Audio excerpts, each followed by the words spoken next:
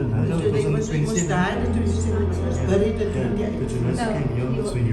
this interview, you'll see that for the first time, most of my audience is going to think that I said absolutely nothing, and that's because I had nothing to say. Thank you for giving me the opportunity to share my thoughts. Where we find ourselves now, I grew up without a father, although I was born from a father. At the age of 6, I was always mesmerized by, as I grew up in my latter years, people always talking highly of this individual who was my father. And there was at some point in my life, I felt very disappointed because I had never had the opportunity to really get to know him. And if I reflect back on my sister and my brother, they had the opportunity to know him and speak to him and be cuddled by him and be loved by him. I'm not saying you never loved me, but they can remember him. And sadly, I can only remember his death in terms of the day. Genis and Van Wyk came to knock on the door and broke the news to my mom. The burial section of his death, the janaza, the earth tremor, the people that were surrounding our home, scores and scores of people, and then suddenly I found myself alone with my mother. And I remember my mom always told me my sister is in England, and but as I said in my testimony, we were 5, and suddenly I found myself, we were 2, scattered, separated, having to move out of our home, and learning to understand exactly, trying to grasp the concept of who this individual was, Imam Abdullah Haron. Everybody always praising me about an amazing and wonderful and gentle person and loving and kind and just good things to say about my father over a period of all the years of my life. And as I became politically conscious, when I became a teenager, going to high school, being in the 1980s, the riots, the Caspers, the arrests, the marches, so that is how I became politically aware. But in the same breath, I read the book of Barney Dessa that was banned. My mother used to speak about him. My uncles used to share a lot of the stories about him going into the African townships and what he did, but they hardly could share anything else other than his social responsibility he had towards the community. But through the book, and as years passed by, getting to know him, and then realizing, the impact, having not had a father all of my life growing up, I felt there was a part of my life missing, and searching for somebody speaking about the person holistically, but you can't feel or touch the person on any level. I can't even remember his words to me, and I'm sure he said words to me when I was 6 and younger. A bit of jealousy, one would say, in a good way, because he could share those moments with my siblings, but not with me. But I felt I needed to overcome that because my mother was my pillar of strength. She was my guiding light, she was my inspiration, and because of her, I could then unfold and learn more about this man, because she gave me the sense of security, the safe space. Although I was an orphan, but I still had a mother who played the dual role of a mother and a father. But in the same breath, her hard work, her will not to give up on ensuring that we have a home, a roof over our head, and that we are stable with food on the table, and that she had to make sure that, because she was left in 1969 homeless and husbandless, so she had to rebuild from nothing and create something. So I will always honor her, because she gave me my dignity. She gave us our dignity. She never left us by the wayside and decided to give up hope. And through her perseverance and her courage, I stand tall on her shoulders, and I also stand tall on all the shoulders of the women of the martyrs that were killed during the apartheid system, and the orphans and the children of these martyrs. This inquest for me is very important, not because we want to unravel, like they would say, old scores. It's not about that. It's about finding justice before we can find peace.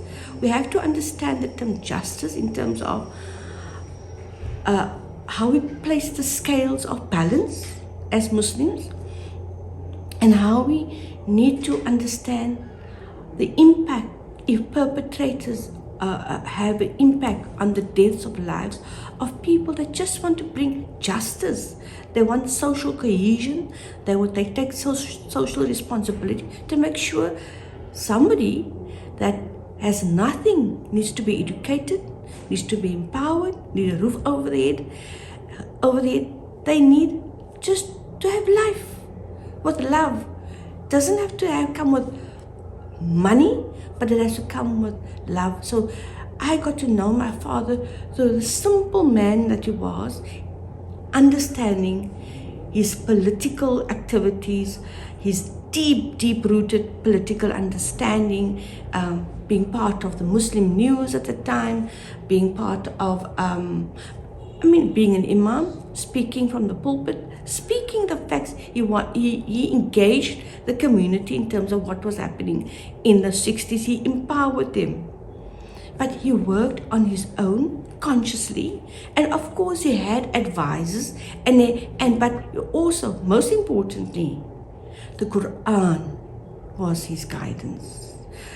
Nabi Muhammad sallallahu alaihi wasallam was his example. So as a simple man, he took simple lessons, and what he did with those lessons, he inculcated that into his life to make sure what he has, somebody else must also have. And that is dignity for all of mankind. We don't have to be wealthy. We can be poor, but give them dignity. And through his ability, his social cohesion to bring about social justice, he did what anybody would do, is to make sure that that person would have just a home, would have, the children would be educated. And he did this in a quiet way. For me, I'm still amazed at the way he operated. He knew so many individuals, from the layman right up to the academic, right up to the ministers. As I journeyed through his life, he went to England, he went to the Middle East, he met with Al-Ikhwan, the Brotherhood. He met with all scores of people, even in South Africa. And for me, I always would take his example or admire him. He even used to be a friend of his enemy, because he knew if he wants justice, he believed he's not going to make an enemy, but it doesn't mean that they might have differences of opinion, which will be a difference. But he made friends with his enemies so that he can know how they operate, what are the plans, and how they think. So he needed to be on that level as well. And for me, this past 8 days was extremely moving emotionally. Unpacking his death, we had to witness that from the pathologist, from the people that bear testimony, how they were tortured by Hunnis and Van Wyk, how the pathologists unpack all these 27 bruises, how the severity of the bruises were not lightly, it was deep, it was severe. So the severity of the torture. But what really he continues to inspire me was his iman. As my sister said, that every cell in his body had iman. His deep, deep faith, his taqwa and his tawbah, even up until his death. The public had not had an opportunity to see the photograph of his death because it only came to our attention the last few months. But even on his death, he was lying with his right hand under his face, right side, and he was laying in a fetal position.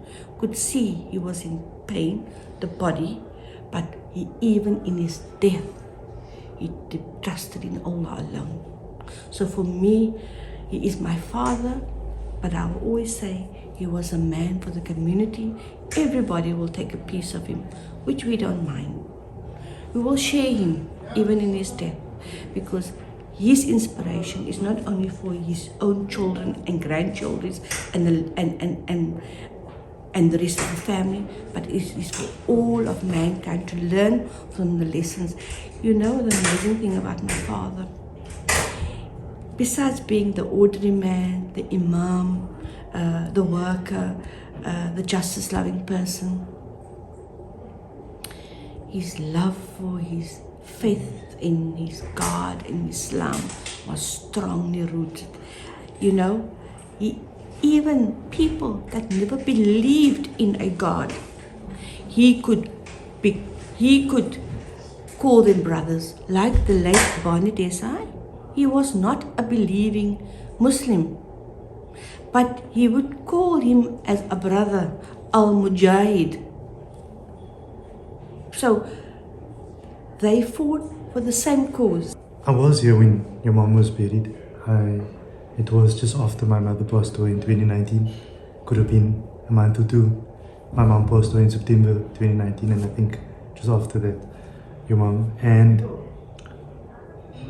is there maybe a part of you that just because she went through this, and you explain how she went through all of this with you as a family, and we know what a mother can do. They have a strength beyond most people.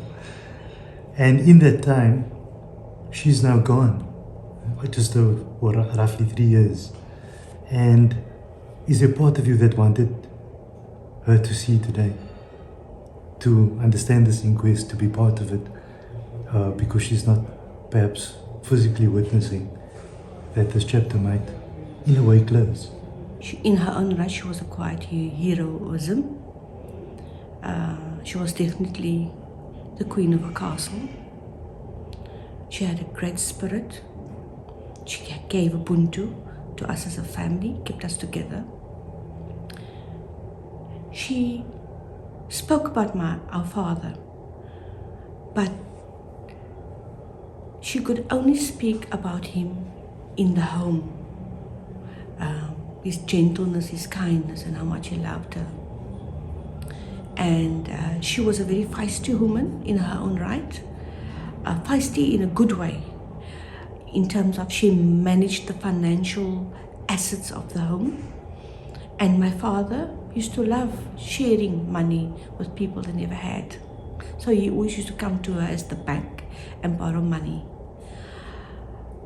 When Judge Siraj Desai came to the family to ask her blessing, Mrs. Haron, he asked, how would you feel about us ensuring that the inquest must be reopened? She said, Buddha, I give you my blessings. She said to Judge Siraj Desai. He will never forget those words. And for us, we said, Alhamdulillah, because over the years, she always said, you know, Allah has given me the inner peace, but Allah has also given me the strength to carry on. And my mother lived a good 93 years, a full 93 years. As I said, she worked up until the age of 78 years old. She worked out of the house, not in the house, still doing her alteration. And so a part of me wish that she was here today to witness that. But if she had been 95 or 96 today, I don't think she would have comprehended, and it would have been emotionally traumatizing. She would have witnessed it, but it would have really have rocked her inner soul to the core. For me, as a daughter, I lived with her all of my life. From I was born up until to her death. And let me tell you, she lived a full 93 years. If I reflect, and I'm sharing this with you, she saw me growing as a baby. She saw me as a baby. She saw me walking, speaking, talking, going to college, going to school, getting married. I saw my mother aging. And you know what? I feel honored, I could say. I saw her from a tall, feisty woman and a very confident woman. I saw her slowly leaning forward. She was a seamstress, so her hard work showed in the physical appearance. So as the passing of years, she slowly started to bend forward and forward. I saw her from walking forward to walking with a stick. I saw her from walking with a stick. I saw her in a wheelchair. I saw her from a wheelchair which she couldn't walk anymore. I saw her from being able to communicate. Suddenly she can't talk. She became like a baby. Washing her, feeding her, cleaning her, taking care of her, and trying to think for her so she can communicate with her eyes and her head, like simple yes and no's. Now for me, I really feel honored. I could see that process because she saw me in that process. When I was gurgling, up until she was gurgling. It was a sad moment when I saw all those stages of my mother's life. But it is something I think Allah blessed me with, to see her growing old gracefully. The important part, I needed to give her dignity because she gave me my dignity when I was young and even a young adult.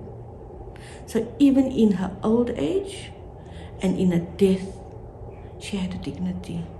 And you know, the sad part is, for us as a family, at our father's death, we were scattered.